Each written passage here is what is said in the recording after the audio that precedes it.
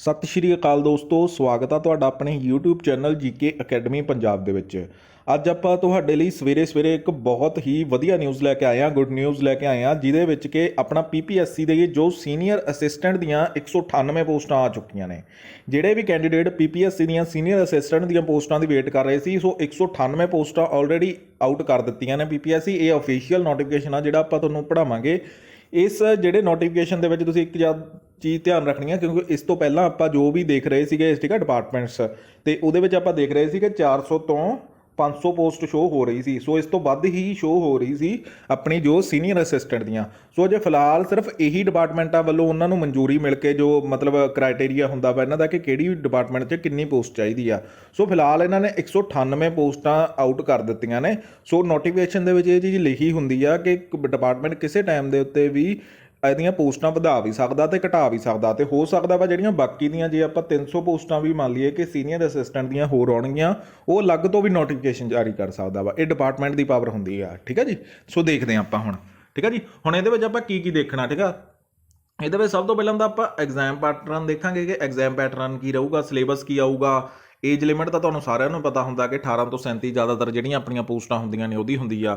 ਸੋ syllabus pattern ਕੀ ਰਹੂਗਾ, ਤੇ ਇਹਦੇ ਵਿੱਚ ਇੱਕ ਚੀਜ਼ ਦੇਖਣ ਵਾਲੀ ਹੁੰਦੀ ਆ ਕਿ ਟਾਈਪਿੰਗ। ਬਹੁਤ ਸਾਰੀਆਂ ਭਰਤੀਆਂ ਇਹੋ ਜਿਹੀਆਂ ਨੇ ਜਿਹੜੀਆਂ ਕਿ ਗਰੁੱਪ B ਦੇ ਵਿੱਚ ਵੀ ਟਾਈਪਿੰਗ ਹੁੰਦੀ ਆ, ਸੋ ਉਹਨਾਂ ਦੇ ਵਿੱਚੋਂ ਇਹ ਵੀ ਇਹ ਆ। ਸੋ ਇਹਦੇ ਵਿੱਚ ਆਪਣਾ ਨੈਕਸਟ ਆਪਾਂ ਦੇਖਾਂਗੇ ਇਹਦੀ ਫੀਸ ਕਿੰਨੀ ਹੋਈ ਆ, ਠੀਕ ਹੈ ਜੀ। ਸੋ ਦੇਖਦੇ ਹਾਂ ਆਪਾਂ ਕਿਹੜੇ ਕਿਹੜੇ ਡਿਪਾਰਟਮੈਂਟ ਦੇ ਵਿੱਚ ਇਹ ਪੋਸਟਾਂ ਆਊਟ ਹੋਈਆਂ ਨੇ। ਲਓ ਜੀ, 21 ਪੋਸਟਾਂ ਇੱਥੇ ਦੇਖੋ ਜੀ, 21 ਪੋਸਟਾਂ ਆਊਟ ਹੋਈਆਂ ਨੇ। ਇਹ ਸਾਰੇ ਡਿਪਾਰਟਮੈਂਟ ਨੇ ਜਿੱਥੇ 198 ਪੋਸਟਾਂ ਨੇ, 21 ਪੋਸਟਾਂ ਆਊਟ ਹੋਈਆਂ ਨੇ ਜੀ ਸਕੂਲ ਐਜੂਕੇਸ਼ਨ ਡਿਪਾਰਟਮੈਂਟ ਦੇ ਵਿੱਚ। 61 ਪੋਸਟਾਂ ਫਿਰ ਸਕੂਲ ਐਜੂਕੇਸ਼ਨ ਡਿਪਾਰਟਮੈਂਟ ਦੇ ਸਬੋਰਡੀਨੇਟ ਆਫਿਸ ਦੇ ਵਿੱਚ ਆ। 21 ਪੋਸਟਾਂ ਜਿਹੜੀਆਂ ਹੈੱਡ ਆਫਿਸ ਦੇ ਵਿੱਚ ਆ। 13 ਪੋਸਟਾਂ ਸੀਨੀਅਰ ਅਸਿਸਟੈਂਟ ਦੀਆਂ ਵਾਟਰ ਸਪਲਾਈ ਤੇ ਸੈਨੀਟੇਸ਼ਨ ਦੇ ਡਿਪਾਰਟਮੈਂਟ ਦੇ ਵਿੱਚ ਆ। ਪਬਲਿਕ ਇਹਦੇ ਵਿੱਚ ਸਭ ਤੋਂ ਵੱਧ ਨੇ, ਠੀਕ ਆ ਜੀ, ਪੋਸਟਾਂ 78 ਪੋਸਟਾਂ। Public works government of Punjab 'ਚ ਇੱਕ ਪੋਸਟ ਆਪਣੀ ਲਿਟੀਗੇਸ਼ਨ ਡਿਪਾਰਟਮੈਂਟ ਦੇ ਵਿੱਚ ਆ। 12 ਪੋਸਟਾਂ ਸਾਡੀਆਂ ਹੈਗੇ ਨੇ ਐਗਜ਼ਾਈਜ਼ ਤੇ ਟੈਕਸੇਸ਼ਨ ਡਿਪਾਰਟਮੈਂਟ ਦੇ ਵਿੱਚ, ਠੀਕ ਆ। ਐਗਜ਼ਾਈਜ਼ ਜਿਹੜੇ ਆਪਣੇ ਇੰਸਪੈਕਟਰ ਵਗੈਰਾ ਦਾ ਜਿਹੜੇ ਹੁਣ ਪਿੱਛੇ ਜੇ ਪੇਪਰ ਹੋਏ ਸੀ, ਸੋ ਇਹੀ ਡਿਪਾਰਟਮੈਂਟ ਆ ਉਹ। ਸੋ ਐਗਜ਼ਾਈਜ਼ ਡਿਪਾਰਟਮੈਂਟ ਦੇ ਵਿੱਚ ਜੋ ਹੋਏਗਾ, ਠੀਕ ਆ। ਸੋ ਇਹਦੇ ਵਿੱਚ 12 ਪੋਸਟਾਂ ਨੇ, ਸੋ ਤੁਸੀਂ ਧਿਆਨ ਰੱਖਣਾ ਇਹਨਾਂ ਦਾ। 4 ਪੋਸਟਾਂ ਸਾਡੀਆਂ ਹੈਗੀਆਂ ਨੇ ਜੀ ਰੂਰਲ ਡਿਵੈਲਪਮੈਂਟ ਐਂਡ ਪੰਚਾਇਤੀ ਵਿਭਾਗ ਦੇ ਵਿੱਚ। 8 ਪੋਸਟਾਂ ਹੈਗੀਆਂ ਨੇ ਜੀ ਸਾਡੀਆਂ ਰੈਵਨਿਊ ਡਿਪਾਰਟਮੈਂਟ ਦੇ ਡਿਜ਼ਾਸਟਰ ਮੈਨੇਜਮੈਂਟ ਦੇ ਵਿੱਚ, ਠੀਕ ਆ। ਸੋ ਇਹ ਸਾਰੀਆਂ ਪੋਸਟਾਂ ਮਿਲਾ ਕੇ ਹੁੰਦੀਆਂ ਨੇ ਜੀ 198 ਪੋਸਟਾਂ। ਸਾਰੀਆਂ ਪੋਸਟਾਂ ਮਿਲਾ ਕੇ 198 ਪੋਸਟਾਂ ਹੁੰਦੀਆਂ। ਇਹਨਾਂ ਨੇ ਸਾਫ਼-ਸਾਫ਼ ਲਿਖਿਆ ਕਿ ਜੁਆਇੰਟ ਕੰਪੀਟੀਟਿਵ ਐਗਜ਼ਾਮੀਨੇਸ਼ਨ ਹੋਊਗਾ, ਕੰਡਕਟ ਕਰੂਗੀ ਈਬੀਡ ਪੋਸਟ ਲਈ। Candidate shall fill separate online forms for the EBD post in different departments. ਮਤਲਬ ਇਹਦਾ ਮਤਲਬ ਮੇਰੇ ਅਕੋਰਡਿੰਗ ਇਹ ਨਹੀਂ ਹੋ ਸਕਦਾਗਾ ਕਿ ਅਲੱਗ ਤੋਂ ਤੁਹਾਨੂੰ ਹੁਣ ਜਿੱਦਾਂ ਕਿ ਇਹ ਤਾਂ ਅਲੱਗ-ਅਲੱਗ 8 ਪੋਸਟਾਂ 4 ਪੋਸਟਾਂ 12 ਪੋਸਟਾਂ 1%, ਠੀਕ ਆ। ਇਹਦਾ ਮਤਲਬ ਇਹ ਨਹੀਂ ਕਿ 198 ਪੋਸਟਾਂ ਲਈ ਜੇ ਇਹਨਾਂ ਨੇ 8 ਡਿਪਾਰਟਮੈਂਟ ਕਹੇ ਤਾਂ 8 ਦੇ ਵਿੱਚ ਤੁਹਾਨੂੰ ਅਲੱਗ-ਅਲੱਗ ਫਾਰਮ ਤੇ ਅਲੱਗ-ਅਲੱਗ ਫੀਸ ਭਰਨੀ ਪਊਗੀ। ਫੀਸ ਤੁਹਾਡੀ ਇੱਕ ਹੀ ਹੋਊਗੀ ਜਿੱਥੋਂ ਤੱਕ ਮੇਰਾ ਅਕੋਰਡਿੰਗ, ਕਿਉਂਕਿ ਜੁਆਇੰਟ ਇਹਦਾ ਪੇਪਰ ਹੋਣਾ ਵਾ, ਠੀਕ ਆ। ਸੋ ਉਹਦੇ ਵਿੱਚ ਜਿੱਦਾਂ ਹੁੰਦਾ ਨਾ ਇਹਨਾਂ ਦਾ ਫਾਰਮ ਭਰਨ ਦਾ ਮਤਲਬ ਇਦਾਂ ਹੁੰਦਾ ਵਾ ਕਿ ਤੁਸੀਂ ਕਿਹੜੇ-ਕਿਹੜੇ ਡਿਪਾਰਟਮੈਂਟ ਨੂੰ ਉਹ ਕਰਦੇ ਹੋ, ਠੀਕ ਆ। ਮਤਲਬ ਪ੍ਰੈਫਰੈਂਸ ਸੈੱਟ ਕਰਨੀ ਪਏਗੀ। ਜਿੱਦਾਂ ਆਪਾਂ ਕਲੈਰੀਕਲ ਪੇਪਰ ਦੇ ਵਿੱਚ ਹੁਣੇ 917 ਪੋਸਟਾਂ ਹੋਈਆਂ ਸੀ, ਉਹਦੇ ਵਿੱਚ ਇੱਕ ਬੱਚਿਆਂ ਨੇ ਇੱਕ ਪ੍ਰੈਫਰੈਂਸ ਸੈੱਟ ਕੀਤੀ ਸੀ, ਸੇਮ ਟੂ ਸੇਮ ਉੱਦਾਂ ਪ੍ਰੈਫਰੈਂਸ ਸੈੱਟ ਹੋ ਕੇ ਹੀ ਹੋਏਗੀ, ਠੀਕ ਆ। ਸੋ ਇਹਦੇ ਵਿੱਚ ਕੋਈ ਹੋਰ ਕੁਛ ਨਹੀਂ, ਕਿਉਂਕਿ ਇਹਦੀ ਕੁਆਲੀਫਿਕੇਸ਼ਨ ਬਿਲਕੁਲ ਸੇਮ ਬਣਦੀ ਆ। ਸੋ ਇੱਕ ਵਾਰੀ ਹੀ ਫੀਸ ਬਿਲ ਹੋਏਗੀ, ਠੀਕ ਆ। ਦੇਖਦੇ ਹਾਂ ਅੱਗੇ ਆਪਾਂ। ਸੋ ਇਹਦੇ ਵਿੱਚ ਬਾਕੀ ਸੇਮ ਟੂ ਸੇਮ ਉਹੀ ਚੀਜ਼ ਆ। ਹੁਣ ਇਹਦੇ ਵਿੱਚ ਸਿਰਫ ਆਪਾਂ ਉਹੀ ਚੀਜ਼ ਦੇਖਣੀ ਆ ਜਿਹੜੀ ਕਿ ਤੁਹਾਨੂੰ ਥੋੜਾ ਜਿਹਾ ਉਹ ਹੋਵੇ ਕਿ ਹਾਂ ਮੈਨੂੰ ਇਹ ਚੀਜ਼ ਦੇਖ ਕੇ ਨਹੀਂ ਪਤਾ ਲੱਗ ਰਹੀ। ਬਾਕੀ ਤਾਂ ਤੁਸੀਂ ਸਭ ਨੇ ਜਿਹੜੀਆਂ ਵੀ ਚੀਜ਼ਾਂ ਨੇ ਉਹ ਚੀਜ਼ਾਂ ਪੜ੍ਹ ਹੀ ਲੈਣੀਆਂ ਨੇ, ਠੀਕ ਆ। ਸੋ ਆਹ ਲੈਟਰ ਵਗੈਰਾ ਦਿੱਤੇ ਹੋਏ ਨੇ ਕਿਹੜੇ। ਸੋ ਆਹ ਹੁੰਦੇ ਨੇ ਜਿਹੜੇ ਲੈਟਰ ਹੁੰਦੇ ਨੇ, ਜਿਹੜੇ ਮਤਲਬ ਡਿਪਾਰਟਮੈਂਟ ਜਿਹੜੇ ਲੈਟਰ ਨਾ ਜਾਰੀ ਕਰਦਾ ਹੁੰਦਾ ਵਾ ਬੋਰਡ ਨੂੰ। ਜਿਵੇਂ PPSC ਬੋਰਡ ਨੂੰ ਆਹ ਡਿਪਾਰਟਮੈਂਟਾਂ ਨੇ ਲੈਟਰ ਜਾਰੀ ਕੀਤੇ ਕਿ ਸਾਡੇ ਡਿਪਾਰਟਮੈਂਟ 'ਚ ਇੰਨੀਆਂ ਪੋਸਟਾਂ ਖਾਲੀ ਪਈਆਂ ਨੇ। ਫਿਰ ਉਸ ਤੋਂ ਬਾਅਦ PPSC ਐਗਜ਼ਾਮ ਕੰਡਕਟ ਕਰਕੇ ਫਿਰ ਭਰਤੀ ਪੂਰੀ ਕਰਕੇ ਤਾਂ ਫਿਰ ਵਾਪਸ ਉਹਨਾਂ ਨੂੰ ਦਿੰਦਾ ਹੁੰਦਾ ਵਾ, ਠੀਕ ਆ, ਨਾਮ ਜਿਹੜੇ ਕੈਂਡੀਡੇਟ ਸਿਲੈਕਟ ਹੋ ਜਾਂਦੇ ਨੇ। ਸੋ ਇਸੇ ਕਰਕੇ ਅਜੇ ਫਿਲਹਾਲ 200 ਪੋਸਟਾਂ ਲਈ ਹੀ ਡਿਪਾਰਟਮੈਂਟਾਂ ਨੇ ਕਲੈਰੀਫਿਕੇਸ਼ਨ ਦਿੱਤੀ ਆ। ਸੋ ਬਾਕੀ ਜਿਹੜੀਆਂ 300-400 ਪੋਸਟਾਂ ਜਿਹੜੀਆਂ ਆਪਾਂ ਨੂੰ 26,000 ਪੋਸਟਾਂ 'ਚ ਸ਼ੋਅ ਹੋ ਰਹੀਆਂ ਸੀ, ਉਹ ਅਜੇ ਪੈਂਡਿੰਗ ਪਈਆਂ ਨੇ, ਠੀਕ ਆ। ਉਹਦੇ ਵੱਲੋਂ ਡਿਪਾਰਟਮੈਂਟ ਵੱਲੋਂ ਇਹ ਲੈਟਰ PPSC ਨੂੰ ਅਜੇ ਨਹੀਂ ਗਏ ਹੋਣਗੇ, ਠੀਕ ਆ। ਹੁਣ ਦੇਖੋ ਜੀ, ਆ ਗਈਆਂ ਪੋਸਟਾਂ ਦੀ ਗਿਣਤੀ। ਸੀਨੀਅਰ ਅਸਿਸਟੈਂਟ ਹੈੱਡ ਆਫਿਸ ਦੇ ਵਿੱਚ ਜਿਹੜੇ ਆਪਣੇ ਹੋਣਗੇ, ਠੀਕ ਆ। ਸੋ ਇਹਦੇ ਵਿੱਚ ਜਰਨਲ ਦੀਆਂ 8 ਪੋਸਟਾਂ ਨੇ, ਜਿਸ ਚੋਂ 2 ਪੋਸਟਾਂ ਹੈਗੀਆਂ ਨੇ ਵੂਮਨ ਲਈ ਰਿਜ਼ਰਵ। 2 ਪੋਸਟਾਂ ਹੈਗੀਆਂ ਨੇ ਜੀ ਇਕਨੋਮਿਕਲ ਵੀਕਰ ਸੈਕਸ਼ਨ ਦੀਆਂ, 1 ਪੋਸਟ ਉਹਦੇ ਵਿੱਚੋਂ ਰਿਜ਼ਰਵ ਆ। ਸੋ ਇਹ ਟੋਟਲ ਨੇ, ਠੀਕ ਆ, ਇੰਨੀਆਂ। ਮਤਲਬ ਇਹਦੇ ਇੱਧਰ 6 ਰਹਿ ਜਾਂਦੀਆਂ ਨੇ, ਇੱਦਾਂ ਹੀ ਇੱਧਰ 1 ਰਹਿ ਜੂਗੀ, ਇੱਦਾਂ ਹੀ ਇੱਧਰ 1 ਰਹਿ ਜੂਗੀ, 1 ਇੱਧਰ ਚਲੀ ਗਈ, ਠੀਕ ਆ। ਸੋ ਇਹ ਆਪਣੀ ਹੈਗਾ ਫਿਜ਼ੀਕਲ ਹੈਂਡੀ ਲੋ ਵਿਜ਼ਨ ਵਾਲਿਆਂ ਦੀ ਆ ਗਈ, ਠੀਕ ਆ। ਸੋ ਇਹ ਇੱਕ ਦੇ ਇੱਕ ਹੀ ਉਧਰ ਹੀ ਰਿਜ਼ਰਵ ਆ ਸੀਗਾ। SC ਕਾਸਟ ਅਦਰ ਦੀ 2 ਪੋਸਟਾਂ ਨੇ, 1 ਪੋਸਟ। ਸੋ ਇਹਦੇ ਵਿੱਚ ਜ਼ਿਆਦਾਤਰ ਤੁਹਾਨੂੰ ਮਤਲਬ ਅਲੱਗ-ਅਲੱਗ ਡਿਪਾਰਟਮੈਂਟ ਦੇ ਵਿੱਚ ਆ ਟੋਟਲ, ਮਤਲਬ ਇਹਦੇ ਵਿੱਚ 21 ਪੋਸਟਾਂ ਨੇ ਤੇ 8 ਪੋਸਟਾਂ ਆਪਣੀਆਂ ਇਹ। ਸੋ ਇਹ ਸਾਰੇ ਤੁਸੀਂ ਦੇਖ ਸਕਦੇ ਹੋ ਕਿ ਆਹ ਵਾਲੇ ਡਿਪਾਰਟਮੈਂਟ, ਇਹ ਮੈਂ ਨੋਟੀਫਿਕੇਸ਼ਨ ਤੁਹਾਨੂੰ ਸ਼ੇਅਰ ਕਰ ਦਾਂਗਾ ਉਹਦੇ ਵਿੱਚ, ਠੀਕ ਆ, ਆਪਣੇ ਟੈਲੀਗ੍ਰਾਮ ਚੈਨਲ ਤੇ ਤੁਸੀਂ ਖੁਦ ਦੇਖ ਸਕਦੇ ਹੋ, ਠੀਕ ਆ, ਸਾਰੀਆਂ। ਸੋ ਆਹ ਪੋਸਟਾਂ ਜਿਹੜੀਆਂ ਨੇ ਸੀਨੀਅਰ ਅਸਿਸਟੈਂਟ ਦੀਆਂ ਡਿਪਾਰਟਮੈਂਟ ਦੇ ਵਿੱਚ। ਸੋ ਇਹਦੇ ਵਿੱਚ ਜੇਕਰ ਟੋਟਲ 61 ਪੋਸਟਾਂ ਸੀ 2200, ਵੈਸੇ ਇਹਦੀ ਵੀਡੀਓ ਬਹੁਤ ਲੰਬੀ ਹੋ ਜਾਏਗੀ ਨਹੀਂ। ਸੋ ਇਹ ਅਲੱਗ-ਅਲੱਗ ਡਿਪਾਰਟਮੈਂਟ ਦਾ ਵਿੱਚ ਇਹਨਾਂ ਨੇ ਦਿੱਤਾ ਹੋਇਆ ਕਿ ਕਿੰਨੀਆਂ ਪੋਸਟਾਂ ਹੈਗੀਆਂ ਨੇ, ਕਿੰਨੀਆਂ ਨਹੀਂ ਗੀਆਂ, ਠੀਕ ਆ। ਸੋ ਆਹ 78 ਪੋਸਟਾਂ ਦਾ ਨੋਟੀਫਿਕੇਸ਼ਨ ਆ, 12 ਦਾ ਵਾ, ਆਹ 4 ਦਾ, ਆਹ 8 ਦਾ ਵਾ।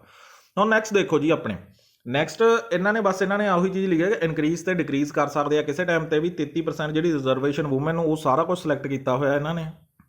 ਹੁਣ ਹੋਰ ਉਹਦੇ ਵਿੱਚ ਕੀ ਦੇਖਣ ਵਾਲੀ ਆ, ਆਹ ਦੇਖੋ ਜੀ। Before applying the post candidate is refer to clause 10.0 is it general information.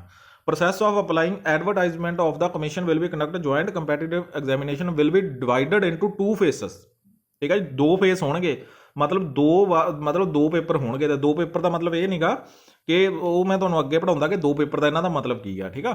So next ਦੇਖਦੇ ਹਾਂ। 35,400 ਰੁਪਏ ਇਹਦੀ ਤਨਖਾਹ ਇਨੀਸ਼ੀਅਲ ਪੇ ਹੋਏਗੀ, ਠੀਕ ਆ। ਸੈਲਰੀ ਦਾ ਤੁਹਾਨੂੰ ਕਨਫਰਮ ਹੋ ਗਿਆ। ਹੁਣ ਆ ਗਈ ਮੇਨ ਕੁਆਲੀਫਿਕੇਸ਼ਨ। ਹੁਣ ਜੀ ਕੁਆਲੀਫਿਕੇਸ਼ਨ ਦੇ ਵਿੱਚ bachelors degree from recognisation university ਚੋਂ ਹੋਣੀ ਚਾਹੀਦਾ। ਬਸ ਤੁਹਾਡੀ ਇੱਕ ਬੈਚਲਰ ਡਿਗਰੀ ਹੋਣੀ ਚਾਹੀਦੀ ਆ, ਠੀਕ ਆ। ਸੋ ਗ੍ਰੈਜੂਏਸ਼ਨ ਡਿਗਰੀ ਹੋਣੀ ਚਾਹੀਦੀ ਆ, ਤਾਂ ਤੁਸੀਂ ਐਲੀਜੀਬਲ ਹੋ। ਤੇ ਨਾਲ ਇੱਕ ਹੋਰ ਕੁਆਲੀਫਾਈ ਇਹਨਾਂ ਨੇ ਕੰਪੈਟੀਟਿਵ ਟੈਸਟ ਦੀ ਦਿੱਤੀ ਹੋਈ ਆ, ਉਹ ਮੈਂ ਤੁਹਾਨੂੰ ਅੱਗੇ ਸਮਝਾਉਣਾ। ਮੈਂ 120 ਘੰਟੇ ਦਾ ਕੋਰਸ ਜ਼ਰੂਰੀ ਆ, ਠੀਕ ਆ ਜੀ, ISO ਤੋਂ। ਸੋ ਇਹ ਲਗਭਗ ਸਾਰਿਆਂ ਕੋਲੇ ਹੋਏਗਾ। ਅਗਰ ਕਿਸੇ ਨੇ O ਲੈਵਲ ਦੇ ਇਕੁਅਲ ਕੀਤਾ ਹੋਇਆ, ਉਹ ਵੀ ਐਲੀਜੀਬਲ ਹੋਊਗਾ। ਅਗਰ ਕਿਸੇ ਦੀ ਮੰਨ ਲਓ ਕਿ ਇਹਦੇ ਬਰਾਬਰ ਇਕੁਅਲ, ਜਿੱਦਾਂ ਕਿ BCA, ਆਪਣੀ BSc IT ਹੋ ਗਈ, ਆਪਣੀ BTech ਕੰਪਿਊਟਰ ਸਾਇੰਸ ਹੋ ਗਈ, ਇਹ ਸਾਰੇ ਵੀ PGDC ਹੋ ਗਈ, MCA ਹੋ ਗਈ, MSc IT ਹੋ ਗਈ, ਇਹਨਾਂ ਸਾਰਿਆਂ ਨੂੰ 120 ਘੰਟੇ ਦੇ ਕੋਰਸ ਦੀ ਲੋੜ ਨਹੀਂ ਪੈਂਦੀ ਹੁੰਦੀ, ਠੀਕ ਆ ਜੀ। ਹੁਣ ਦੇਖੋ ਜੀ, ਜਿਹੜਾ ਦੂਜੇ ਫੇਜ਼ ਦੀ ਮੈਂ ਗੱਲ ਕਰਦਾ ਸੀ ਕਿ ਦੂਜਾ ਫੇਜ਼ ਕੀ ਆ ਇਹਨਾਂ ਦਾ, ਇਹ ਤਾਂ ਪਹਿਲਾ ਸੀਗਾ। ਦੂਜੇ ਫੇਜ਼ ਦੇ ਵਿੱਚ person shell not be appointment ਸੀਗਾ। ਇਹਦੀ ਅਪਾਇੰਟਮੈਂਟ ਸਿਰਫ ਉਹਨੂੰ ਉਦੋਂ ਹੀ ਹੋਏਗੀ ਜੇਕਰ ਉਹ ਇੰਗਲਿਸ਼ ਤੇ ਪੰਜਾਬੀ ਦਾ ਟਾਈਪਿੰਗ ਟੈਸਟ ਦੇਗਾ ਕੰਪਿਊਟਰ ਤੇ, ਠੀਕ ਆ ਜੀ। ਇਹ ਚੀਜ਼ ਤੁਸੀਂ ਧਿਆਨ ਨਾਲ ਨੋਟ ਕਰ ਲਓ। 30 ਅੱਖਰ ਪਰ ਮਿੰਟ, ਠੀਕ ਆ। ਜਿੱਦਾਂ ਕਿ 30 ਵਰਡ ਪਰ ਮਿੰਟ ਆਪਣੀ ਕਲੈਰੀਕਲ ਲਈ ਪੇਪਰ ਹੋਏਗਾ, ਸੇਮ ਟੂ ਸੇਮ ਉੱਦਾਂ ਹੀ ਟਾਈਪਿੰਗ ਟੈਸਟ ਹੋਏਗਾ। ਸੋ ਇਹ ਚੀਜ਼ ਤੁਸੀਂ ਆਪਦੇ ਹੁਣੇ ਦਿਮਾਗ ਦੇ ਵਿੱਚ ਬਿਠਾ ਲੈਣੀ ਆ। ਜੇਕਰ ਤੁਸੀਂ ਟਾਈਪਿੰਗ ਦੀ ਤਿਆਰੀ ਅਜੇ ਨਹੀਂ ਸ਼ੁਰੂ ਕੀਤੀ ਤੇ ਸੀਨੀਅਰ ਅਸਿਸਟੈਂਟ ਦੇ ਪੇਪਰ ਦੀ ਤਿਆਰੀ ਕਰਨੀ ਆ, ਤਾਂ ਨਾਲ ਤੁਸੀਂ ਇਹਦੀ ਤਿਆਰੀ ਜ਼ਰੂਰ ਰੱਖੋ। ਇਹਦਾ ਬੈਨੀਫਿਟ ਤੁਹਾਨੂੰ ਇਹ ਹੋਏਗਾ ਕਿ ਜਿਹੜੇ ਨਾਰਮਲ ਐਗਜ਼ਾਮ ਹੁੰਦੇ ਨੇ, ਜਿਹੜੇ ਚਾਹੇ PPSC ਹੋ ਜਾ ਉਹ ਹੋ ਜਾਵੇ, ਜਦੋਂ ਇਹਦੇ ਵਿੱਚ ਟਾਈਪਿੰਗ ਆ ਗਈ ਤਾਂ ਇਹਦੀ ਕੱਟ ਆਫ ਥੋੜੀ ਜਿਹੀ ਥੱਲੇ ਚਲੀ ਜਾਏਗੀ, ਠੀਕ ਆ। ਚਾਹੇ ਪੋਸਟਾਂ 200 ਹੀ ਨੇ, ਠੀਕ ਆ, ਚਾਹੇ ਪੋਸਟਾਂ 200 ਨੇ, ਜੇਕਰ ਤੁਹਾਨੂੰ ਸਾਰਿਆਂ ਨੂੰ ਪਤਾ ਵਾ, ਠੀਕ ਆ ਜੀ। ਸੋ ਨੈਕਸਟ ਦੇਖਦੇ ਹਾਂ ਜੀ। ਏਜ ਲਿਮਿਟ ਇਹਨਾਂ ਦੀ 18 ਤੋਂ 37 ਸਾਲ ਸਾਰਿਆਂ ਨੂੰ ਪਤਾ ਵਾ। 35 ਸਾਲ ਜਿਹੜੇ ਗਵਰਨਮੈਂਟ EMPLOYE ਨੇ ਉਹਨਾਂ ਦੀ, 42 ਸਾਲ ਜਿਹੜੀ SC ਕਾਸਟ ਤੇ BC ਕਾਸਟ ਦੀ, ਠੀਕ ਆ ਜੀ। ਨੈਕਸਟ ਆਪਣਾ ਆ ਗਿਆ ਜੀ, ਬਾਕੀ ਤਾਂ ਸਾਰਾ ਕੁਝ ਸੇਮ ਟੂ ਸੇਮ ਤੁਹਾਨੂੰ ਸਭ ਨੂੰ। ਹੁਣ ਆ ਗਿਆ ਜੀ ਰਿਟਨ ਐਗਜ਼ਾਮ, ਬਹੁਤ ਇੰਪੋਰਟੈਂਟ ਆ। ਰਿਟਨ ਐਗਜ਼ਾਮ 'ਚ 120 ਨੰਬਰ ਦਾ ਪੇਪਰ ਹੋਏਗਾ, 480 ਨੰਬਰ ਦਾ ਹੋਇਆ, 4 ਨੰਬਰਾਂ ਦਾ ਇੱਕ ਕੁਐਸਚਨ ਹੋਏਗਾ, ਠੀਕ ਆ ਜੀ। ਜਰਨਲ ਨੌਲੇਜ 80 ਨੰਬਰ ਦੀ GK ਆਊਗੀ, ਜਿਹੜੀ ਕਿ 320 ਦੀ ਹੋਊਗੀ। ਮਲਟੀਪਲ ਚੁਆਇਸ ਕੁਐਸਚਨ ਹੋਣਗੇ, 40 ਨੰਬਰ ਦੀ ਲੌਜੀਕਲ ਰੀਜ਼ਨਿੰਗ ਹੋਊਗੀ, ਮੈਂਟਲ ਐਬਿਲਿਟੀ, ਤੇ 160 ਨੰਬਰਾਂ ਦਾ ਹੋਏਗਾ, ਠੀਕ ਆ। ਮਤਲਬ ਇਹ ਕੁਐਸਚਨ ਆਉਣਗੇ, ਟੋਟਲ 120 ਕੁਐਸਚਨ ਆ ਰਹੇ ਨੇ, ਜਿਹ ਚੋਂ 80 ਨੰਬਰ GS ਆ ਰਹੀ ਆ। ਸੋ GS ਦਾ ਲੈਵਲ ਆਪਾਂ ਦੇਖਿਆ ਸੀ ਨਾਇਬ ਤਹਿਸੀਲਦਾਰ ਦੇ ਵਿੱਚ ਕਿੰਨਾ ਵਧੀਆ ਪਿਆ। ਸੋ ਇਹਦੇ ਵਿੱਚ ਉਹਨਾਂ ਲੈਵਲ ਨਹੀਂ ਆਏਗਾ ਮੇਰੇ ਅਕੋਰਡਿੰਗ, ਜੋ ਲੈਵਲ ਨਾਇਬ ਤਹਿਸੀਲਦਾਰ ਦੇ ਵਿੱਚ ਆਇਆ ਸੀ, ਸੀਨੀਅਰ ਅਸਿਸਟੈਂਟ ਦੇ ਵਿੱਚ ਇੰਨਾ ਲੈਵਲ ਨਹੀਂ ਆਏਗਾ। ਸੋ ਇਦਾਂ ਵੀ ਨਹੀਂ ਕਿ ਜਿਹੜਾ 2018-19 'ਚ ਪੇਪਰ ਹੋਇਆ ਸੀ ਉਹਨਾਂ ਸੌਖਾ ਵੀ ਨਹੀਂ ਆਏਗਾ। ਸੋ ਮੋਡਰੇਟ ਲੈਵਲ ਆਉਣ ਦੀ ਸੰਭਾਵਨਾ ਮੇਰੇ ਹਿਸਾਬ ਦੇ ਨਾਲ ਹੋਏਗੀ। ਜਿਹੜਾ ਕਿ ਜਰਨਲ ਨੌਲੇਜ ਤੇ ਕਰੰਟ ਅਫੇਅਰ ਦੇ ਜੋ ਕੁਐਸਚਨ ਨਾਇਬ ਤਹਿਸੀਲਦਾਰ ਦੇ ਵਿੱਚ ਆਏ ਸੀ, ਇਹ ਮੇਰੀ ਆਪਦੀ ਰਾਏ ਆ ਕਿ ਹਾਂ ਇਦਾਂ ਹੋ ਸਕਦਾ, ਠੀਕ ਆ। ਸੋ ਲੌਜੀਕਲ ਰੀਜ਼ਨਿੰਗ ਤੇ ਮੈਥ ਤਾਂ ਆਪਾਂ ਨੂੰ ਪਤਾ, ਮੈਂਟਲ ਐਬਿਲਿਟੀ ਦੇ ਵਿੱਚ ਤਾਂ ਇਹ ਨਾਰਮਲ ਕੁਐਸਚਨ ਹੀ ਆਉਂਦੇ ਨੇ, ਜ਼ਿਆਦਾ ਔਖੇ ਕੁਐਸਚਨ ਨਹੀਂ ਆਉਂਦੇਗੇ। ਸੋ 480 ਨੰਬਰਾਂ ਦਾ ਹੋਏਗਾ। ਸੋ ਇਹਦੀ ਸਾਫ਼ ਇਹਨਾਂ ਨੂੰ ਲੱਗਾ ਜੁਆਇੰਟ ਕੰਪੈਟੀਟਿਵ ਐਗਜ਼ਾਮੀਨੇਸ਼ਨ ਹੋਏਗਾ, 4 ਨੰਬਰਾਂ ਦਾ ਇੱਕ ਕੁਐਸਚਨ ਹੋਊਗਾ, ਨੈਗੇਟਿਵ ਮਾਰਕਿੰਗ 1 'ਚ ਕੱਟਿਆ ਜਾਊਗਾ, ਠੀਕ ਆ। ਸੋ ਨੈਕਸਟ ਇਹਨਾਂ ਦਾ ਆ ਗਿਆ ਜੀ ਆਪਣਾ, ਨੈਕਸਟ ਆਪਣੀ ਚੀਜ਼ ਪੜ੍ਹਨ ਵਾਲੀ ਆ ਕਿ 2 ਘੰਟੇ ਦਾ ਐਗਜ਼ਾਮ ਹੋਊਗਾ, ਠੀਕ ਆ ਜੀ। 2 ਘੰਟੇ ਦਾ ਪੇਪਰ ਹੋਊਗਾ, ਇਹ ਚੀਜ਼ ਤੁਸੀਂ ਧਿਆਨ ਦੇਣੀ ਆ। ਸਿਲੇਬਸ ਆਪਾਂ ਨੂੰ ਦਿੱਤਾ ਹੋਇਆ ਉਹਨਾਂ ਨੇ, general knowledge, current affair, general mental ability, logical reasoning, quant. So ਆਪਾਂ ਬਹੁਤ ਵਧੀਆ ਤਰੀਕੇ ਦੇ ਨਾਲ ਕੀਤਾ ਹੋਇਆ ਵਾ। ਪੋਲਿਟੀ ਹੋ ਗਿਆ, ਮਾਡਰਨ ਹਿਸਟਰੀ ਹੋ ਗਿਆ, ਤੇ ਸਟੈਟਿਕ GK ਆਪਾਂ ਜੋ, ਤੇ ਪੰਜਾਬ GK ਵੀ ਆਪਾਂ ਬਹੁਤ ਵਧੀਆ ਤਰੀਕੇ ਨਾਲ ਥਿਊਰੀ ਕੀਤੀ ਹੋਈ ਆ। ਤੁਹਾਨੂੰ ਇਸ ਪੇਪਰ ਦੇ ਵਿੱਚ ਬਹੁਤ ਹੈਲਪ ਮਿਲੇਗੀ। ਆਪਣੀਆਂ ਪੋਲਿਟੀ ਦੀਆਂ 21-22 ਕਲਾਸਾਂ ਹੋ ਚੁੱਕੀਆਂ, ਮਾਡਰਨ ਹਿਸਟਰੀ ਦੀਆਂ 15 ਹੋ ਚੁੱਕੀਆਂ, ਪੰਜਾਬ ਜੀਕੇ ਦੀਆਂ ਵੀ ਆਪਣੀਆਂ 14-15 ਕਲਾਸਾਂ ਹੋ ਚੁੱਕੀਆਂ ਨੇ। ਤੁਸੀਂ ਜਾ ਕੇ ਉਹ ਦੇਖੋ, PDF ਤੁਹਾਨੂੰ ਪੰਜਾਬੀ ਤੇ ਇੰਗਲਿਸ਼ ਦੇ ਵਿੱਚ ਮਿਲੇਗੀ, ਠੀਕ ਆ, ਆਪਣੇ ਚੈਨਲ ਦੇ ਉੱਤੇ। ਸੋ ਟੈਲੀਗ੍ਰਾਮ ਚੈਨਲ ਤੇ ਤੁਹਾਨੂੰ PDF ਮਿਲ ਜਾਏਗੀ ਤੇ ਉਹ ਪਲੇਲਿਸਟ 'ਚ ਜਾ ਕੇ ਤੁਸੀਂ ਆਪਣੀਆਂ ਕਲਾਸਾਂ ਦੇਖ ਸਕਦੇ ਹੋ। ਸੋ ਤੁਹਾਨੂੰ ਬਹੁਤ ਬੈਨੀਫਿਟ ਹੋਏਗਾ, ਕਿਉਂਕਿ ਜਿਹੜਾ ਨਾਇਬ ਤਹਿਸੀਲਦਾਰ ਦਾ ਵੀ ਪੇਪਰ ਆਇਆ ਸੀ, ਆਪਾਂ ਜਿਹੜੇ ਕੁਐਸਚਨ ਉਸ ਟਾਈਮ ਦੇ ਉੱਤੇ ਜਿੰਨਾ ਕਿ ਵੀ ਆਪਾਂ ਸਿਲੇਬਸ ਉਸ ਟਾਈਮ ਦੇ ਉੱਤੇ ਕੀਤਾ ਸੀ, ਉਹਦੇ ਵਿੱਚੋਂ ਆਪਣੇ 12-13 ਕੁਐਸਚਨ ਆ ਚੁੱਕੇ ਸੀ ਨਾਇਬ ਤਹਿਸੀਲਦਾਰ ਦੇ ਵਿੱਚ ਵੀ, ਠੀਕ ਆ। ਸੋ ਆਪਣਾ ਜਿੰਨਾ ਵੀ ਸਿਲੇਬਸ ਆਪਾਂ ਕੀਤਾ ਸੀ ਆਲਮੋਸਟ ਸਾਰਾ ਕਵਰ ਹੋ ਗਿਆ ਸੀ। ਉਹ ਟੌਪਿਕ 'ਚੋਂ ਆਪਣੇ ਸਿਲੇਬਸ ਤੋਂ ਬਾਹਰ ਇੱਕ ਵੀ ਕੁਐਸਚਨ ਨਹੀਂ ਸੀ ਆਇਆ, ਜਿਹੜੇ ਉਹ ਟੌਪਿਕ ਜਿਹੜੇ ਆਪਾਂ ਕੀਤੇ ਸੀ ਉਹਦੇ ਵਿੱਚੋਂ, ਠੀਕ ਆ।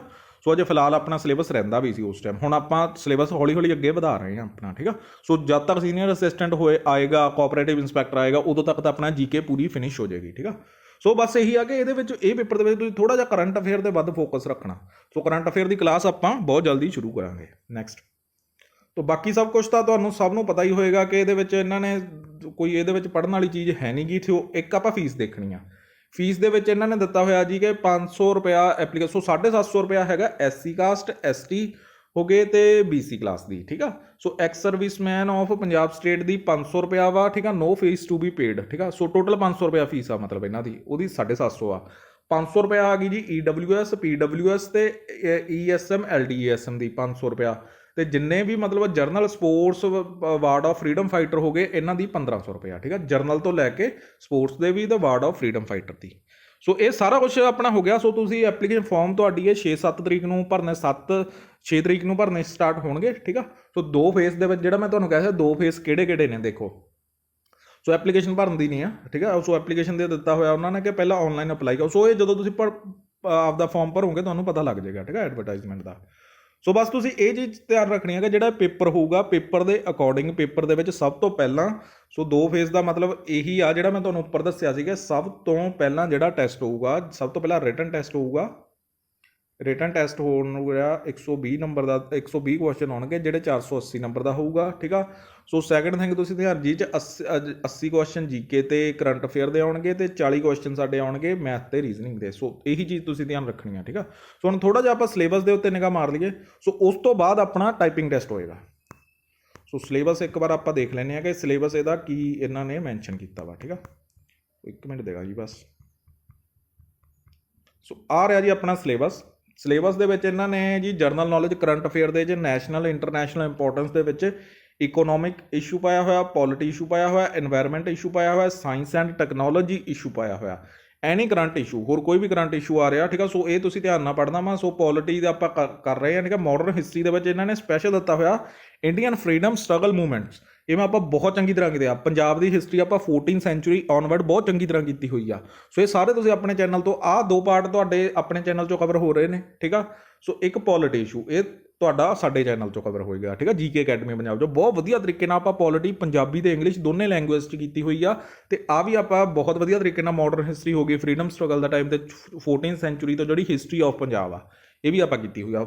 ਬਾਕੀ ਜਿਹੜੇ ਇਕਨੋਮਿਕ ਇਸ਼ੂ ਆ, ਐਨਵਾਇਰਨਮੈਂਟ ਇਸ਼ੂ ਆ, ਸਾਇੰਸ ਐਂਡ ਟੈਕ ਆ ਤੇ ਕਰੰਟ ਵੀ ਆਪਾਂ ਸ਼ੁਰੂ ਕਰ ਦਾਂਗੇ, ਠੀਕ ਆ। ਸੋ ਜਿਹੜੇ ਆਹ ਵਾਲੇ ਇਸ਼ੂ ਨੇ, ਜਿਹੜੇ ਮਤਲਬ ਇਕਨੋਮਿਕਸ ਹੋ ਗਈ, ਐਨਵਾਇਰਨਮੈਂਟ ਹੋ, ਸਾਇੰਸ, ਇਹ ਅਜੇ ਫਿਲਹਾਲ ਆਪਣੀ ਸਟਾਰਟ ਨਹੀਂ ਹੋਈ, ਕਿਉਂਕਿ ਜਿੰਨਾ ਟਾਈਮ ਆਪਣੇ ਦੂਜੇ ਸਬਜੈਕਟ ਨਹੀਂ ਖਤਮ ਹੋਣਗੇ ਉਨਾ ਟਾਈਮ ਆਪਾਂ ਹੋਰ ਕੋਈ ਸਬਜੈਕਟ ਸ਼ੁਰੂ ਨਹੀਂ ਕਰਨਾ ਹੁਣ, ਠੀਕ ਆ। ਸੋ ਜਿਹੜਾ ਆਪਾਂ ਕਰ ਰਹੇ ਹਾਂ ਪਹਿਲਾਂ ਉਹ ਕੰਪਲੀਟ ਕਰਨੇ ਆ, ਜਿੰਨੀਆਂ ਚਾਹੇ ਉਹਦੀਆਂ 10 ਕਲਾਸਾਂ ਰਹਿੰਦੀਆਂ, 15 ਰਹਿੰਦੀਆਂ, ਪਹਿਲਾਂ ਉਹ ਪੂਰਾ ਕਰਾਂਗੇ। ਨੈਕਸਟ ਕਰਦੇ ਹਾਂ ਹਾਂਜੀ ਆਪਣੀ ਮੈਂਟਲ ਅਬਿਲਿਟੀ, ਲੌਜੀਕਲ ਰੀਜ਼ਨਿੰਗ ਦੇ ਵਿੱਚ ਐਨਾਲਿਟੀਕਲ ਰੀਜ਼ਨਿੰਗ ਹੋ ਗਈ, logical reasoning, mental ability, basic numerical skill ਹੋ ਗਏ, ਨੰਬਰ। ਸੋ ਇਹਦੇ ਵਿੱਚ ਪਰਸੈਂਟੇਜ ਵਗੈਰਾ ਹੀ ਹੁੰਦੇ ਨੇ। ਸੋ ਜ਼ਿਆਦਾ ਔਖੇ ਕੁਐਸਚਨ ਨਹੀਂ ਆਉਂਦੇ। ਸੋ ਜੀਕੇ ਇਹਦੀ ਆਪਣੀ ਰੀਜ਼ਨਿੰਗ ਵੀ ਜ਼ਿਆਦਾ ਔਖੀ ਨਹੀਂ ਹੋਏਗੀ। ਡਾਟਾ ਐਨਾਲਾਈਜ਼ ਮਤਲਬ ਇਹਦੇ ਵਿੱਚ ਇਹਨਾਂ ਨੇ DI ਵਗੈਰਾ ਪਾਉਣਗੇ ਤੁਹਾਨੂੰ, ਠੀਕ ਆ। DI ਤੇ ਥੋੜਾ ਜਿਹਾ ਹੱਥ ਆਪਦਾ ਤੁਸੀਂ ਟਿਕਾ ਸਕਦੇ ਹੋ RS ਅਗਰਵਾਲ ਤੋਂ ਕਰਕੇ, ਠੀਕ ਹੈ ਜੀ। ਸੋ ਇਹ ਸਾਰਾ ਆਪਣਾ ਸੀਗਾ। ਸੋ ਤੁਸੀਂ ਹੁਣ ਸਭ ਸਮਝ ਚੁੱਕੇ ਹੋਵੋਗੇ ਕਿ ਕੀ ਹਿਸਾਬ ਕਿਤਾਬ ਇਹਨਾਂ ਦਾ ਹੈਗਾ। 120 ਕੁਐਸਚਨ ਆਉਣਗੇ, 80 ਨੰਬਰ ਜੀਕੇ ਆ ਰਹੀ ਆ ਤੇ ਕਰੰਟ ਅਫੇਅਰ, 40 ਨੰਬਰ ਤੁਹਾਡੀ ਰੀਜ਼ਨਿੰਗ ਆ ਰਹੀ ਆ। ਤੇ ਇਹਦੀ ਤਿਆਰੀ ਲਈ ਮੈਂ ਤੁਹਾਨੂੰ ਪਹਿਲਾਂ ਆਲਰੇਡੀ ਇੱਕ ਵੀਡੀਓ ਬਣਾਈ ਹੋਈ ਆ ਕਿ ਜੇਕਰ ਤੁਸੀਂ ਤਿਆਰੀ ਕਰਨੀ ਆ, ਬੁੱਕ ਲਿਸਟ ਕਿਹੜੀ ਫੋਲੋ ਕਰਨੀ ਆ ਤੇ ਆਪਣੇ ਕਿਹੜਾ ਤੁਸੀਂ ਮੰਨ ਲਓ ਕਿਹੜੇ YouTube ਚੈਨਲ ਫੋਲੋ ਕਰਨੇ ਆ ਜਿਹੜੇ ਕਿ ਫ੍ਰੀ 'ਚ ਤੁਹਾਨੂੰ ਤਿਆਰੀ ਕਰਵਾਉਣਗੇ, ਠੀਕ ਆ। ਸੋ ਤੁਸੀਂ ਉਹ ਆਪਣੀ ਵੀਡੀਓ ਦੇਖ ਸਕਦੇ ਹੋ, ਠੀਕ ਆ। ਸੋ ਇਹ 120 ਕੁਐਸਚਨ ਹੋ ਗਏ। ਸੋ ਉਸ ਤੋਂ ਬਾਅਦ ਆਪਣਾ ਟਾਈਪਿੰਗ ਟੈਸਟ ਹੋਏਗਾ, ਜਿਹਦੇ ਵਿੱਚ ਕਿ 30 ਵਰਡ ਪਰ ਮਿੰਟ ਸਾਨੂੰ ਚਾਹੀਦੇ ਹੋਣਗੇ, ਠੀਕ ਆ। ਸੋ 30 ਵਰਡ ਪਰ ਮਿੰਟ ਦੇ ਅਕੋਰਡਿੰਗ ਆਪਾਂ ਨੂੰ ਇਹ ਕਰਨਾ ਪੈਣਾ ਵਾ, ਠੀਕ ਆ, ਕਲੀਅਰ। ਫਿਰ ਜਾ ਕੇ ਆਪਣੀ ਸਿਲੈਕਸ਼ਨ ਹੋਏਗੀ। ਠੀਕ ਹੈ ਜੀ। ਸੋ ਆਲ ਦੀ ਬੈਸਟ ਸਾਰਿਆਂ ਨੂੰ। ਸੋ ਆਪਦੀ ਤਿਆਰੀ ਹੁਣੇ ਤੋਂ ਸ਼ੁਰੂ ਕਰ ਦਿਓ, ਹੁਣੇ ਤੋਂ ਤੁਸੀਂ ਤਿਆਰੀ ਕਰੋਗੇ ਤਾਂ ਜਾ ਕੇ 4 5 6 ਮਹੀਨਿਆਂ ਨੂੰ ਇਹਦਾ ਪੇਪਰ ਹੋਏਗਾ। ਇਸ ਤੋਂ ਪਹਿਲਾਂ ਨਹੀਂ ਹੁੰਦਾ, ਹੋ ਸਕਦਾ ਇਸ ਤੋਂ ਵੀ ਲੇਟ ਹੋਵੇ, ਕਿਉਂਕਿ ਕੋਆਪਰੇਟਿਵ ਇੰਸਪੈਕਟਰ ਦੀ ਡੇਟ ਵੀ ਨਵੰਬਰ ਆਈ ਆ। ਸੋ ਨਵੰਬਰ ਤੋਂ ਬਾਅਦ ਹੀ ਹੋਏਗਾ। ਤੁਹਾਡੇ ਕੋਲ ਬਹੁਤ ਗੋਲਡਨ ਚਾਂਸ ਆ ਇਹ। ਸੋ ਇਹਦੇ ਤੇ ਪੂਰਾ ਆਪਦਾ ਜਿਹੜਾ ਸਿਲੇਬਸ ਇਹਨਾਂ ਨੇ ਦਿੱਤਾ ਹੋਇਆ ਵਾ, ਜਿਨ੍ਹਾਂ ਨੇ ਵੀ ਗਰੁੱਪ ਬੀ ਦੀ ਪੋਸਟ ਲੈਣ ਦੇ ਚਾਹਵਾਨ ਨੇ, ਬਹੁਤ ਵਧੀਆ ਤਰੀਕੇ ਨਾਲ ਆਹ ਚੀਜ਼ ਕਰ ਲਓ। ਸਿਲੇਬਸ ਥੋੜ੍ਹਾ ਜਿਹਾ ਆਪਾਂ ਕਹਿ ਸਕਦੇ ਹਾਂ ਕਿ ਥੋੜ੍ਹਾ ਜਿਹਾ ਡੀਪ ਹੈਗਾ ਵਾ, ਬਟ ਬਹੁਤ ਲਿਮਟਡ ਸਿਲੇਬਸ ਆ। ਫਿਰ ਵੀ ਇਸ ਤਰ੍ਹਾਂ ਨਹੀਂ ਕਿ ਤੁਹਾਨੂੰ ਇੰਗਲਿਸ਼ ਪੜ੍ਹਨ ਦੀ ਜ਼ਰੂਰਤ ਆ, ਕੰਪਿਊਟਰ ਪੜ੍ਹਨ ਦੀ ਜ਼ਰੂਰਤ ਆ, ਜਾਂ ਤੁਹਾਨੂੰ ਪੰਜਾਬੀ ਪੜ੍ਹਨ ਦੀ ਜ਼ਰੂਰਤ ਆ। ਸੋ ਇਹ ਕੁਛ ਵੀ ਤੁਹਾਨੂੰ ਪੜ੍ਹਨ ਦੀ ਜ਼ਰੂਰਤ ਨਹੀਂ, ਸਿਰਫ ਆਹ ਚੀਜ਼ਾਂ ਤੁਸੀਂ ਪੜ੍ਹਨੀਆਂ ਨੇ ਤਾਂ ਤੁਹਾਡਾ ਕਲੀਅਰ ਹੋ ਜਾਏਗਾ। ਇੱਕ ਨਾ ਹੋਰ ਕੈਂਡੀਡੇਟ ਹੁਣ ਪੁੱਛਣਗੇ ਪੰਜਾਬੀ 'ਚ ਆਊਗਾ, ਪੰਜਾਬੀ ਇੰਗਲਿਸ਼ 'ਚ ਆਊਗਾ ਜਾਂ ਓਨਲੀ ਇੰਗਲਿਸ਼ 'ਚ। ਸੋ PPSC ਮੈਂ ਤੁਹਾਨੂੰ ਪਹਿਲਾਂ ਵੀ ਕਿਹਾ ਸੀ ਇੰਗਲਿਸ਼ 'ਚ ਪੇਪਰ ਲੈ ਰਹੀ ਆ। ਠੀਕ ਆ, ਨਾਇਬ ਦਾ ਵੀ ਇੰਗਲਿਸ਼ 'ਚ ਹੋਇਆ ਸੀ। ਸੋ ਫਿਲਹਾਲ ਪੰਜਾਬੀ ਐਂਡ ਇੰਗਲਿਸ਼ ਨੂੰ ਲੈ ਕੇ ਆਪਣੀ ਕੋਰਟ ਦੇ ਵਿੱਚ ਰਿਟ ਲੱਗੀ ਹੋਈ ਹੈ, ਇਹਦੇ ਰਿਗਾਰਡਿੰਗ ਰਿਟ ਲੱਗੀ ਹੋਈ ਆ ਆਪਣੀ ਕੋਰਟ ਦੇ ਵਿੱਚ। ਸੋ ਹੋ ਸਕਦਾ ਵਾ ਕਿ ਇਹਦੇ ਵਿੱਚ, ਕਿਉਂਕਿ ਅਜੇ ਫਿਲਹਾਲ ਜਿਹੜਾ ਨਾਇਬ ਦਾ ਰਿਜ਼ਲਟ ਆ ਕੋਰਟ ਨੇ ਹੋਲਡ ਕੀਤਾ ਹੋਇਆ। ਠੀਕ ਆ, ਹਾਈ ਕੋਰਟ ਨੇ ਹੋਲਡ ਕੀਤਾ ਹੋਇਆ। ਸੋ ਅਗਰ ਇਹਦੇ ਵਿੱਚ ਕੋਈ ਵੀ ਡਿਸੀਜ਼ਨ ਆਏਗਾ, ਜੋ ਵੀ ਮਾਣਯੋਗ ਹਾਈ ਕੋਰਟ ਦਾ ਡਿਸੀਜ਼ਨ ਹੋਏਗਾ, ਉਹ ਸਾਰਿਆਂ 'ਤੇ ਹੀ ਲਾਗੂ ਹੋਏਗਾ। ਜੇਕਰ ਇਹ ਕਰ ਦੇਣ ਤਾਂ ਬਹੁਤ ਵਧੀਆ ਗੱਲ ਆ ਕਿ ਪੰਜਾਬੀ ਤੇ ਇੰਗਲਿਸ਼ ਦੇ ਵਿੱਚ ਦੋਨਾਂ ਦੇ ਵਿੱਚ ਪੇਪਰ ਆਉਣ ਲੱਗ ਜਾਵੇ ਅੱਗੇ ਤੋਂ। ਚਲੋ ਜੋ ਹੋ ਗਏ ਉਹ ਹੋ ਗਏ। ਸੋ ਜੋ ਬਾਕੀ ਦੇ ਪੇਪਰ ਜੋ ਨਵੇਂ ਆਉਣਗੇ, ਜੋ ਪੰਜਾਬੀ ਇੰਗਲਿਸ਼ 'ਚ ਹੋ ਜਾਣ, ਤਾਂ ਬਹੁਤ ਹੀ ਜ਼ਿਆਦਾ ਸੌਖਾ ਰਹੇਗਾ। ਸੋ ਜਿਹੜੇ ਵੀ ਕੈਂਡੀਡੇਟ ਪੰਜਾਬੀ ਮੀਡੀਅਮ ਦੇ ਵਿੱਚ ਪਹਿਲਾਂ ਪੜ੍ਹੇ ਹੋਏ ਨੇ, ਸੋ ਥੋੜ੍ਹੀ ਬਹੁਤ ਦਿੱਕਤ ਉਹਨਾਂ ਨੂੰ ਇੰਗਲਿਸ਼ ਦੇ ਵਿੱਚ ਆਉਂਦੀ ਹੀ ਆ। ਬਾਕੀ ਤੁਸੀਂ ਆਪਣੇ ਵੱਲੋਂ ਤਿਆਰੀ ਰੱਖੋ, ਤੁਸੀਂ ਪੰਜਾਬੀ 'ਚ ਵੀ ਪੜ੍ਹੋ, ਇੰਗਲਿਸ਼ 'ਚ ਵੀ ਪੜ੍ਹੋ। ਆਪਾਂ ਤੁਹਾਨੂੰ ਜਿਹੜੇ GK ਦੇ ਨੋਟ ਪ੍ਰੋਵਾਈਡ ਕਰਦੇ ਹਾਂ, ਉਹ ਆਪਾਂ ਪੰਜਾਬੀ 'ਚ ਵੀ ਕਰਦੇ ਹਾਂ, ਇੰਗਲਿਸ਼ 'ਚ ਵੀ ਕਰਦੇ ਹਾਂ। ਬਸ ਇਕੱਲਾ ਪੰਜਾਬ GK ਅਨੁਸਾਰ, ਪੰਜਾਬ GK ਆਪਾਂ ਇਕੱਲੀ ਪੰਜਾਬੀ 'ਚ ਕਰ ਰਹੇ ਹਾਂ। ਠੀਕ ਆ, ਕਿਉਂਕਿ ਪੰਜਾਬ GK ਦੇ ਵਿੱਚ ਕੋਈ ਇੱਦਾਂ ਦੇ ਵਰਡ ਨਹੀਂ ਹੁੰਦੇ ਵੀ ਤੁਹਾਨੂੰ ਪੰਜਾਬੀ ਦੇ ਵਿੱਚ ਤੁਸੀਂ ਪੜ੍ਹ ਲਏ ਅਤੇ ਉੱਥੇ ਤੁਹਾਨੂੰ ਇੰਗਲਿਸ਼ 'ਚ ਆ ਗਿਆ ਤਾਂ ਤੁਹਾਡੇ ਤੋਂ ਨਹੀਂ ਹੋਣਗੇ। ਠੀਕ ਆ, ਸੋ ਇੰਨਾ ਕੁ ਫਰਕ ਹੁੰਦਾ। ਸੋ ਧੰਨਵਾਦ ਜੀ। ਆਪਣੇ ਚੈਨਲ ਨੂੰ ਸਬਸਕ੍ਰਾਈਬ ਜ਼ਰੂਰ ਕਰੋ, ਅਤੇ ਨਵੀਆਂ ਅਪਡੇਟ ਦੇ GK ਦੀ ਤਿਆਰੀ ਲਈ ਤੁਸੀਂ ਆਪਣਾ ਚੈਨਲ ਨੂੰ ਸ਼ੇਅਰ, ਲਾਈਕ ਅਤੇ ਆਪਣਾ ਸਬਸਕ੍ਰਾਈਬ ਜ਼ਰੂਰ ਕਰ ਸਕਦੇ ਹੋ। ਧੰਨਵਾਦ ਜੀ।